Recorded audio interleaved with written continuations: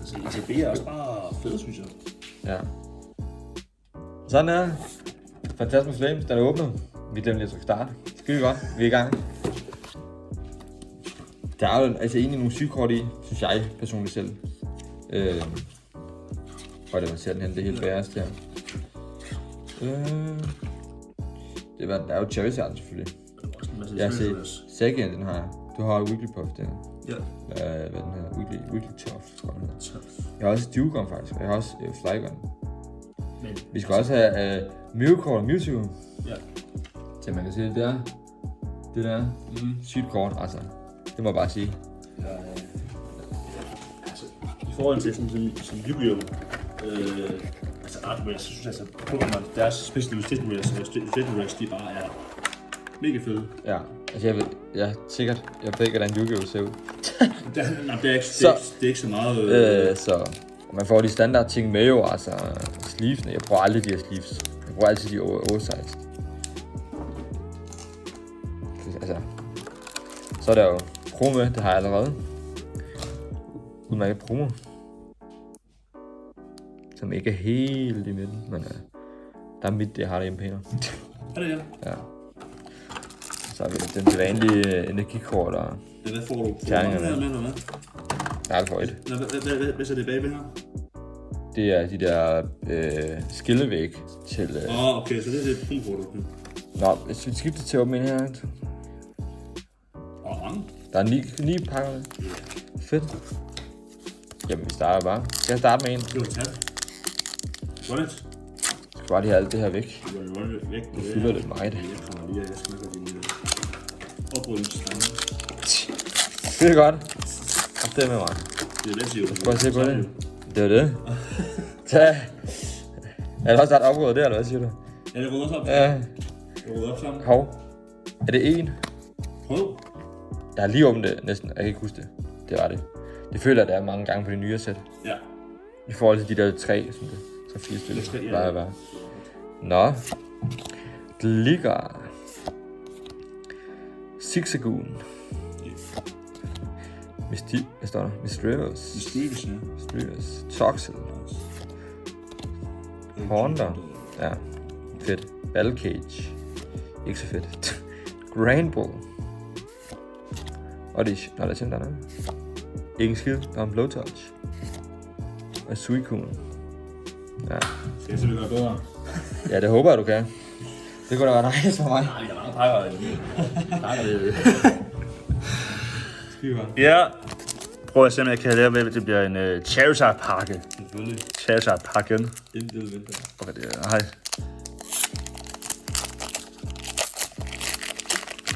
Hvad er det nu? Sort kodekort, grøn kodekort. Jeg kan aldrig huske, hvad der er. Jeg ved det ikke. Nej, jeg ved ikke. Ja, til jer. One Front, det er meget nemt at huske det her. Vi starter med Basic Energy, det er grønt. Charcadet. Yamper. Snubble. Murkrove. Secret Charm. Linoon.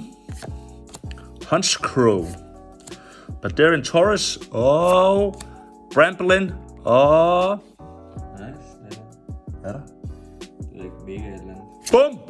Okay, Mega Sharpedo GX. Ikke det value-wise fedeste kort, men fik noget. Jeg tror faktisk, jeg har den også. Fedt. Det er et pool. Det tæller. Illustration Rares. Nice. Ja. God start. Ja, jeg skal det jo. Anden pakke, jo. Skal jeg gøre bedre? Hov. Ja. Nej, jeg skulle ikke gå kamp i det. Men lidt du af.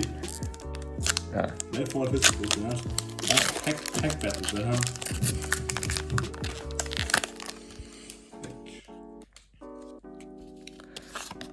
Og så kunne det være lige bare at tjekke, om folk der bruger kodekortet. Ja. Det, altså... Jeg ved, det er jo så... Men det er jo til online, jo. Det er jo, når spiller det. Ja, det er det. Kan man sige. Lotad. Og det er, jeg skal til at gå her. Men chat, men også bare jer derude, hvad synes I om det her Pokémon-åbning? Er det bare godt eller skidt? Hvad synes I? Prøv lige at skrive jeres mening. Det kunne være fedt at vide. Om det bare er... Om noget, man skal gøre igen eller ej. det jeg tænker det. For jeg har lyst til det. Ja. Jeg har hype på det. Nå, lad os prøve at se. Ja. Crocorock. Suicune igen, kraftedeme. Og ikke en ski. Nej. Det var sandt. Jeg har også illustration af Ambiform. Ja. Epiform. Ja, jeg tror, det ved jeg ikke. Jeg kan ikke sammen som dig. Okay, så... That sucks. Så det var... Ikke god start. Så mig, dig... Okay, så får jeg en Charizard-pakke mere. Sorry. Skal vi bytte, eller hvad skal det blive? Nej. Det er god. Det er ikke... Det her, det er... Ja, jeg synes, det er fedt, du bare lige vil dele, at du åbner en ETB her. Ja, for fanden. Skulle der jo mere god stil der. Ja. Det fejrer. Det betyder jo, det er det, jeg siger. Det betyder jo noget. Alle Charizard, når vi får her. Der er du makker. Bronzor. Gastly. Dugong, det er altså bare... igen, vi snakker om OG. Men altså, det var bare den værste at få, hvis man fik sådan som... er det base set, tror jeg, eller base set 2. Cresselia. Honda igen. Charmeleon. Reverse. Okay. Zigzagoon. Der er i hvert fald noget. Okay. Empoleon GX. Jeg skulle sige GX, det er GX, der er det noget andet. Hvad så, Alexander? Skal vi gøre? Hvad? Det gør det. Er det lige post nummer 2 der, var? Ja, det er ikke noget værd, men det er sådan en ting. Nej, det er den der dig. Nej, ikke engang helt great form. Jeg har faktisk det ikke. Jeg har begge to. Så har du også åbnet noget? Hvad? Du har altså åbnet noget, kan man sige. Jeg har åbnet. Ja, det er faktisk det er min tredje ETB, jeg åbner. Jeg er jo mest i ETB'er jo. Jeg synes, det er fedest. Jeg skulle lige rette den af den. Den er ikke sådan. Så jeg sad lidt mere i midten i stedet for.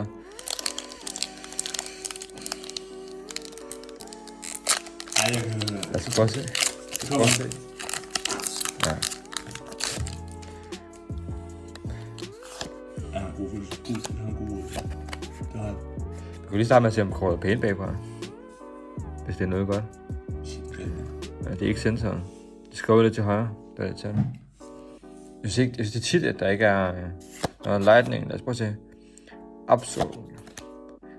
Swine up. Hvad siger du med tit hvad? Snubble. Det er tit, at de ikke, altså... De kan godt printe dem lidt bedre. Nå, ja. Det gør selvfølgelig også, at der er forskel i pris, jo. Hvis alle bare var perfekt, så er det måske ikke. Ja, så er det lidt bare at få... Wigglytuff. Okay. Undrums pad. Ja. Sagian. Alright. Illustration Rare. Det den hed. Ja. Det er det, jeg sagde. Den hed Sagian. Det er fedt. Men jeg har faktisk kortet. Nej, du har det. Ja. Altså, det er fedt, men jeg har kortet. kortet. Er det fedt? Jeg kan godt lide det. Ja. Jeg er enig. Nice. Det er meget nice. Altså noget værd til noget? Nej. Okay. Ikke sådan rigtigt. Men det er da meget pænt. I hvert fald centermæssigt. Er der nogen? Det er bare fedt at have sin mapper, altså sådan en samling. Illustration Rares. Altså, bare have det fint nok bare. Ja. Og det er svært at se på kamera. Jeg ved ikke, om der er noget der. Det er svært, fordi det er jo gråt hele vejen. Ja, men det er det. Det er svært at se. Det er det. Der er nogle farver, der er lidt bedre end lige grå til det. Ja, altså. Men nice. Fedt. Ja. Altså, det er jo et fedt kort. Det er jo ikke, fordi det er en kort. Hvad? 3 ud af hvad? 4 pakker? Ja, det er sgu Okay. Det er da... det tøjsart, eller hvad næste gang? Du er da ikke... Altså, selvfølgelig er du garanteret en rare i Yu-Gi-Oh! Det er måske nogle gange er du ikke engang. Men ja, du er garanteret, men man kan sige...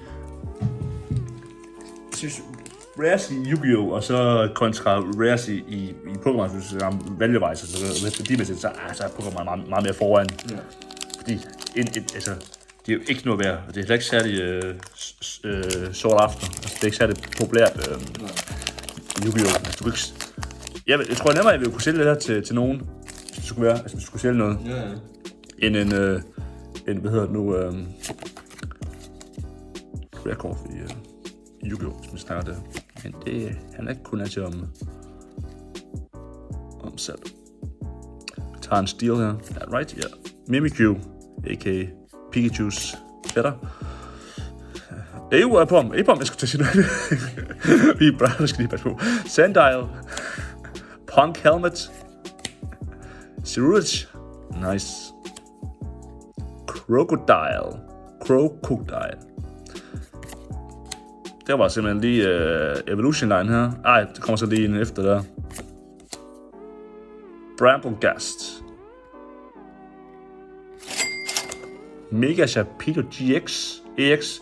Sygt. Okay, så 2 slags eller hvad? Ja. Wow. Det har jeg ikke, faktisk.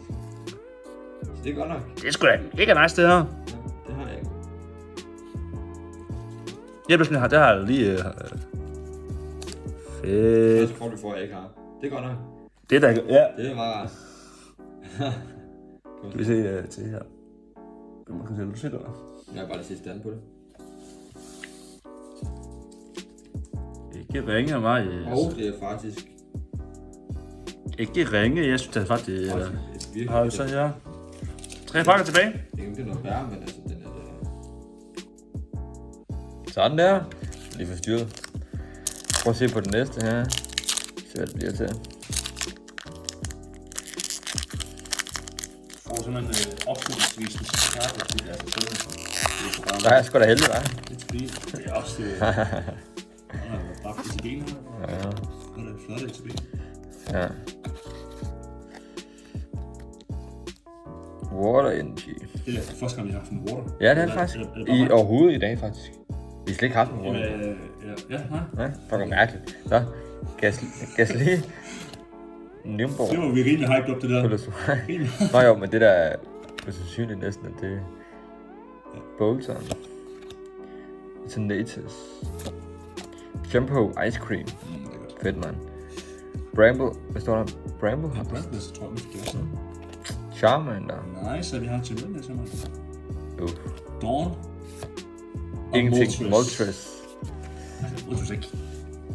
Altså, det er en fed navn. Pokémon, så er det ikke, så er det meget nice. Altså, det er egentlig et okay kort. Ja, synes jeg. Selv Pokémon, så er Moltres meget bra. Ja. Jamen, så er det min sidste. Ikke forever, hvad den er. Lige, bare lige den her omgang. Sidste Assassin's Flames åbning. Jeg se, der kommer mere. Ja, der kommer så meget nyt Pokémon. Jeg tænker, at Ascended Heroes, der Det bliver fedt. der skal jeg i hvert fald have 2. Du snakker om 3, men jeg snakker om, jeg tænker, jeg skal have 2 tilbage. Åbner og gemme. Right, så man lige kan... Du har besluttet, det er et special set, jo.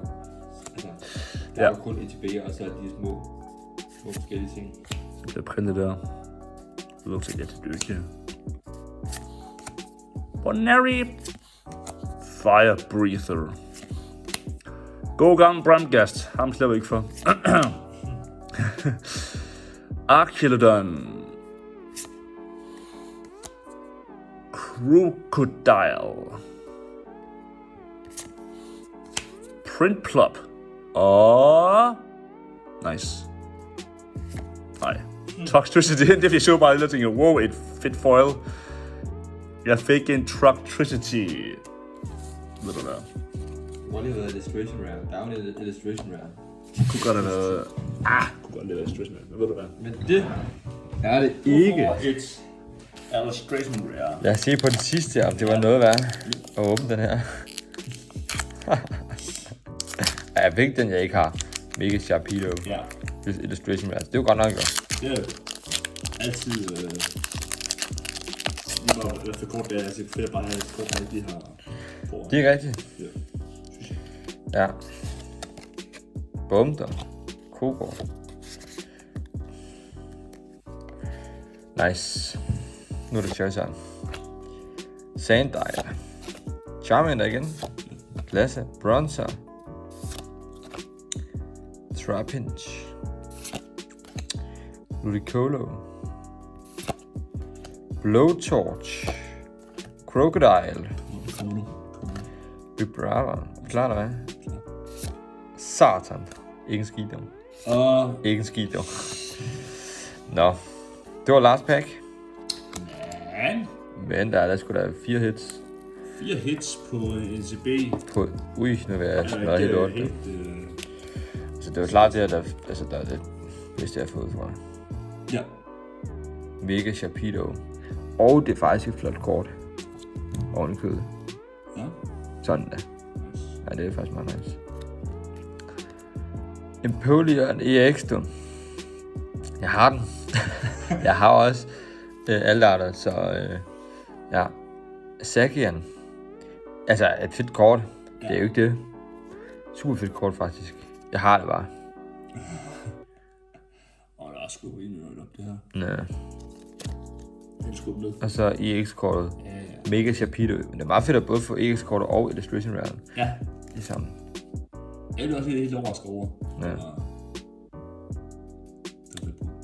Nice. først, ja. Det var vores Pokémon-åbninger.